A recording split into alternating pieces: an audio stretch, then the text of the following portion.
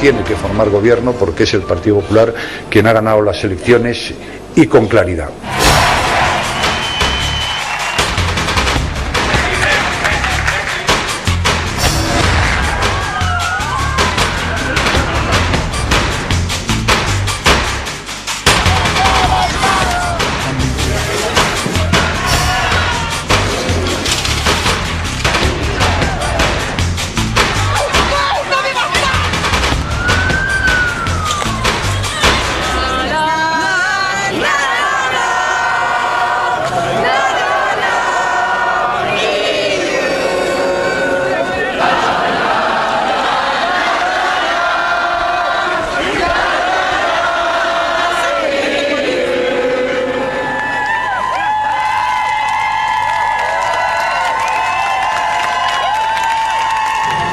Bienvenidos a la edición internacional del noticiero de la televisión pública. Veían esas imágenes que seguramente lo acompañaron esta semana, si estuvo mirando la televisión, si estuvo leyendo los diarios o viendo noticias por internet, noticias del mundo que todas las semanas, todos los sábados, entre las 12:30 y las 14, tratamos de compartir con usted noticias, información, análisis, todo con un equipazo, como sabe. Hoy estamos con el equipo completo y quiero aprovechar para mandar un saludo muy grande a la gente de Santa Fe. Estuve en Santa Fe esta semana por el inicio del año Saer y la verdad, una hermosa sorpresa encontrarme con tanta gente que nos sigue sábado a sábado.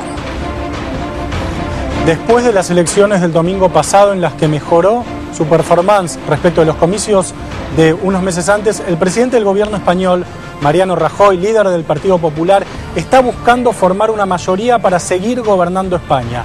No le va a resultar fácil, de todos modos ya dijo que lo va a intentar por un lado y por el otro. En un rato vamos a estar hablando de los 1000 escenarios que se abren en la política española.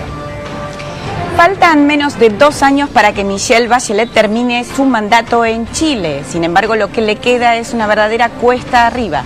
La mandataria pierde popularidad, por un lado por los casos de corrupción que afectan a su gobierno, pero también por la pérdida de popularidad que se acrecienta día a día y es irremontable, y esto hace que sus promesas puedan ser incumplidas. Es la segunda economía de Europa, el principal socio además político y económico de Estados Unidos dentro de la, hasta ahora, Unión Europea.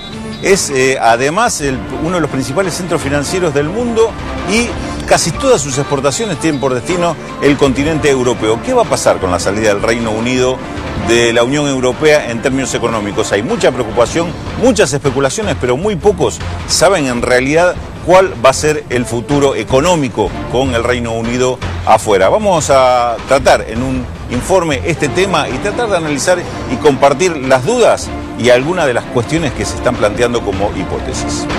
La paz en Colombia cierra un ciclo de violencia armada en América Latina. Estuvimos con Joaquín Villalobos. Joaquín Villalobos fundó en su momento el Ejército Revolucionario del Pueblo, que después fue parte del Frente Farabundo Martí de Liberación Nacional en El Salvador, hoy gobierno. Hoy actúa como mediador en los conflictos internacionales y es profesor de Oxford. Nos dice cuáles son los próximos desafíos, seguridad y corrupción. Y la información no da tregua y los atentados no dan tregua cuando parecía que ya habíamos tenido el atentado de la semana. Ayer, seguramente ustedes estuvieron viendo, hasta anoche, a última hora, el atentado en Bangladesh, en donde seguramente también vieron cómo se salvó un cocinero, un chef argentino, Diego Rossini. Fue Estado Islámico, asumió Estado Islámico este atentado, un atentado en Dhaka, en Bangladesh, justamente en la zona en donde hay más extranjeros. Aseguran que entre los muertos, 20 muertos, se habla de 20 muertos, hay japoneses e italianos, como le decía, muchos extranjeros porque es zona de embajadas. Los 6 atacantes fueron también asesinados. En un momento se habló de que uno de ellos habría sido detenido, pero ahora aparentemente fueron también asesinados y por eso se habla de 26 muertos en lo que fue este ataque, que en realidad fue una toma de rehenes, porque lo que parecía que iba a ser un ataque y nada más, sin embargo estuvieron ahí largo rato. La recuperación del lugar fue a sangre y fuego, como suele ocurrir en estos casos, con lo cual en realidad también el número de muertos hay que ver cuánto fue en consecuencia a los disparos de los atacantes y cuánto tuvo que ver con la llegada de las fuerzas de seguridad, ¿verdad? Sí, efectivamente, India. Además, todos los atentados tienen algo parecido y algo diferente. Digo, un poco se van naturalizando, sobre todo cuando tienen lugar en países árabes o en países de mayoría islámica como Bangladesh. En este caso, dos características que me parece que hay que subrayar para tratar de entender qué tipo de atentado, ante qué tipo de atentado estamos, es que fueron los rehenes, según las fuentes policiales, fueron asesinados en su mayoría con armas blancas, es decir, a cuchillazos, es decir, no hubo armas de fuego o no hubo preponderantemente armas de fuego. Es cierto, sin embargo también lo que hay que aclarar es que los últimos ataques que había habido también en Bangladesh era de ese tenor, sí, ¿no? Bangladesh, sí, por eso hay una duda en cuanto a si era una persona o un grupo de personas de ese país que perpetraron el atentado por las suyas, si se trata de una famosa franquicia del Estado Islámico, cuál es el nivel de relación orgánica con el Estado Islámico que tienen los atacantes, es algo que hay que dilucidar. En este caso el Estado Islámico, digamos, lo asume como propio a través de su agencia AMAC, ¿no? Lo cual para el Estado Islámico realmente es negocio, en un país que había negado la existencia del Estado Islámico cuando fueron asesinados 6 blogueros el año pasado, octubre de 2005, algunos de ellos a machetazos. Así es. Esto coincide justamente con este tipo de ataque a sangre y fuego, más allá de que se hayan usado cuchillos. El Estado Islámico, en este caso, reivindica el ataque a través de una rama, una filial, pero siempre actúan las franquicias y en muchos casos, como ha ocurrido en Orlando, por ejemplo, no ha sido el Estado Islámico el que estuvo detrás, sino que supo ser un aprovechamiento de la situación. En un momento clave también, momento de verano, es decir, comienza el verano en algunos países y así como ocurrió esto en Bangladesh, también tuvimos un atentado en Turquía y esto, por supuesto, perjudica no solo la política, sino también perjudica la economía. Convengamos que la entrada de 6 hombres ya no habla de ningún lobo solitario. Sí, digamos, bueno, ¿no? Justamente Inde esta semana, a raíz de estos 2 atentados, empezaron nuevamente a analizar un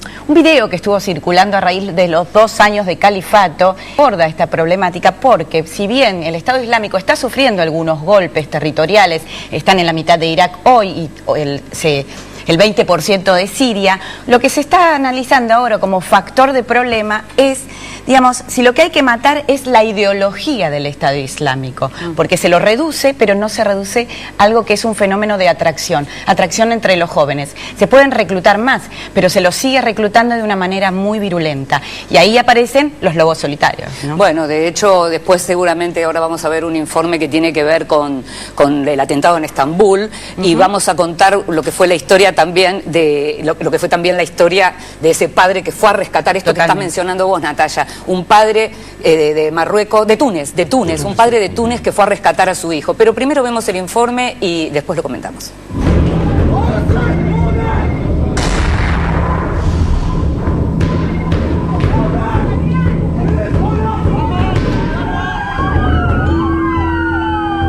El atentado en el aeropuerto internacional de Estambul, que dejó 41 muertos y 2 centenares de heridos, indica que los aeropuertos internacionales y sus áreas comunes de libre circulación, previas al preembarque, son el nuevo blanco blando de elección por parte de la organización Estado Islámico y grupos yihadistas afiliados. El ataque de Estambul no fue obra de un lobo solitario como el de Orlando, Estados Unidos, sino que tiene como antecedente el del aeropuerto de Bruselas. Tanto Turquía como Estados Unidos no dudan en adjudicar su autoría al ISIS, pese a que este grupo no se atribuyó aún la autoría. La sofisticada ejecución del ataque podría avalar esa presunción. Según expertos en seguridad, los perpetradores actuaron como integrantes de fuerzas especiales en una operación calculada para maximizar el daño. Contaron con inteligencia previa y un estudio cuidadoso del blanco. El atentado tuvo 3 fases. Los atacantes sabían que la seguridad había sido reforzada después de Bruselas y por eso comenzaron la acción en un estacionamiento cercano al área de arribos internacionales para distraer la atención del personal de seguridad. Inmediatamente hubo un segundo ataque con explosivos, el que causó la mayoría de las muertes. A este le siguió otro ataque aprovechando la brecha dejada por el segundo, en el que un tercer suicida detona un chaleco de explosivos tras ser tacleado por un guardia.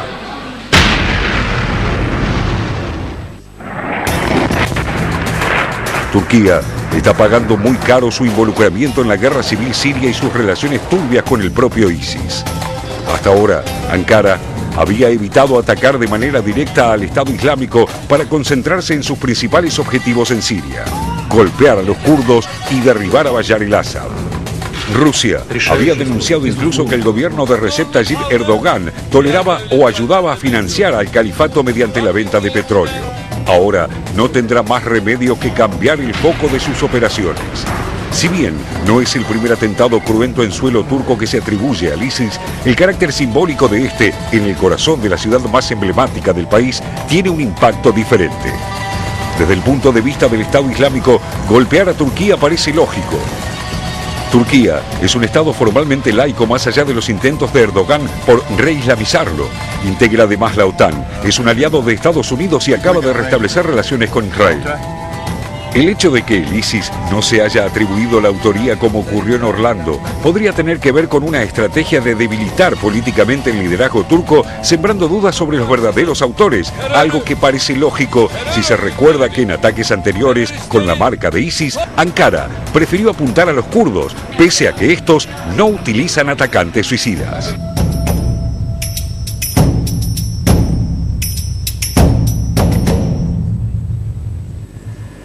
Turquía venía de unos días en donde había sido noticia en los diarios, digamos, ha habido noticias en todo el mundo, porque tiene que ver con la renovación de relaciones con Israel, también con lo que tiene que ver con Rusia, porque en noviembre, cuando había sido ese incidente con un avión ruso en donde había muerto el piloto, finalmente Erdogan le pidió disculpas al presidente Putin por lo que había sido ese incidente.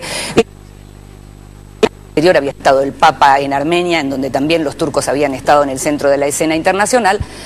Este atentado en el aeropuerto, en un aeropuerto que además tiene seguridad, porque uno dice, bueno, tal vez fue en el lobby del aeropuerto mientras la gente espera o sale. No, en el aeropuerto Ataturk hay seguridad previa, es decir, esta gente que entró sabía que había seguridad previa y tuvo, digamos, lo tomó en cuenta a la hora de programar lo que fue un muy sangriento atentado. Habrán visto ustedes lo que fueron esas imágenes, y les decía al principio una historia muy conmovedora que también de la que se habló esta semana y que tiene que ver con un padre que fue a rescatar a su hijo, Jorge. Fatih Bayud, de 58 años, médico, miembro de las Fuerzas Armadas de Túnez, supo que su hijo, Anur, de 26 años, había sido reclutado por el Estado Islámico. En realidad habían mentido una pasantía en Suiza, y el muchacho aparentemente estaba justamente ahí en el aeropuerto. Fue a rescatarlo el padre, resultó víctima, nada más, tratando de rescatar a su hijo. ¿Cómo reclutaron a su hijo? A través de la propaganda oficial del Estado Islámico, es decir, aquella que dice que aquel que se inmola o aquel que suma su vida a la causa del Estado Islámico, en este caso, va a llegar al cielo, va a ser recibido por 70 vírgenes de pelo negro, va a tener un caballo alado y va a ser feliz de por vida. Hay una palabra en árabe que es mahalesh. Mahalesh significa, no tiene una traducción particular, pero significa que hay algo mejor, que no importa lo que ocurre aquí, porque hay algo mejor. Y eso es justamente lo que creyó Anur, el hijo de este hombre que falleció en el aeropuerto de Istambul. Sí, me parece, Inde, retomando algo que decía Jorge en el comentario anterior, también señalar la pérdida en términos de vidas humanas que significan estos atentados y también en términos económicos. Para Turquía es un golpe letal al turismo. El turismo representa el 5% del PBI turco. Turquía es el sexto país en términos turísticos más importante del mundo. Me enteré, leyendo los diarios esta semana, que el aeropuerto de Estambul es el tercero más visitado de Europa después de Londres y de Charles de Gaulle. Pero además el crecimiento de Turkish en los últimos años ha sido exponencial. Es un emblema de la nueva Turquía, digamos, de la aerolínea turca. Hemos visto las propagandas con Messi, las publicidades con Messi y demás, y cómo, vamos a hablar seguramente después de esto, pero como parte del turismo que solía ir al norte de África, a los países de Medio Oriente, a Turquía, etcétera, se está trasladando a España. España está recuperando altísimos niveles de flujo turístico porque Egipto está en graves problemas, Túnez está en graves problemas, ahora Turquía. Entonces, pero te cuento una cosa, José, justamente uno de los mejores pasajes para ir, incluso a España, es por Turkish vía Estambul. Sí, porque hay muchas ofertas desde América Latina. Exactamente, desde América Latina creció, por eso digo, en nuestra región creció muchísimo. Ahora, es una actividad muy importante que puede verse muy afectada, como está pasando en Egipto, como pasó en Túnez, en otros países afectados por este tipo de cuestiones. Ahora, otros dineros que entraron a Turquía y que son cuestionados tienen que ver con el acuerdo con la Unión Europea por el tema refugiados. Es decir, Turquía está en el centro de la noticia internacional en este momento. Seguro, y ese tema justamente, el de refugiados, es uno de los álgidos y que lleva también al rechazo de parte de Europa. Una de las cuestiones que se puso en el Brexit, y no pasamos de tema, pero sí lo mencionamos, es que Turquía desde 1963 está pidiendo el ingreso en la Unión Europea y se adujo como parte del Brexit. Miren que, ojo, que Turquía con 78 millones de habitantes va a ser uno de los miembros. El turismo está en su peor momento desde 1994 y efectivamente, como decían José e Inde, bueno, el aeropuerto de Istambul es el número 11 en tráfico en todo el mundo. Claro. Bueno, hablábamos de los refugiados antes de ir a la pausa y lo que tiene que ver también con la aspiración, no solo a ingresar a la Unión Europea, sino por empezar, terminar con las visas. Eso es lo que están esperando los turcos. Está difícil, el tema está difícil, aunque siguen las conversaciones. Esto ha sido apenas el comienzo de este programa, tenemos mucho más. Cuando regresemos en Televisión Pública Internacional, Bachelet complicada por casos de corrupción. La presidenta de Chile suma imagen negativa en las últimas encuestas, en principio, a consecuencia de causas sobre irregularidades que llegaron hasta su hijo. Y además, España, otra vez en vilo. El oficialista Partido Popular ganó en las elecciones generales, pero no tiene mayoría para formar gobierno, y el PSOE, que salió segundo, es renuente a conformar una coalición. Todo esto y mucho más se lo contamos luego de la pausa en Televisión Pública Noticias Internacional. Ya volvemos.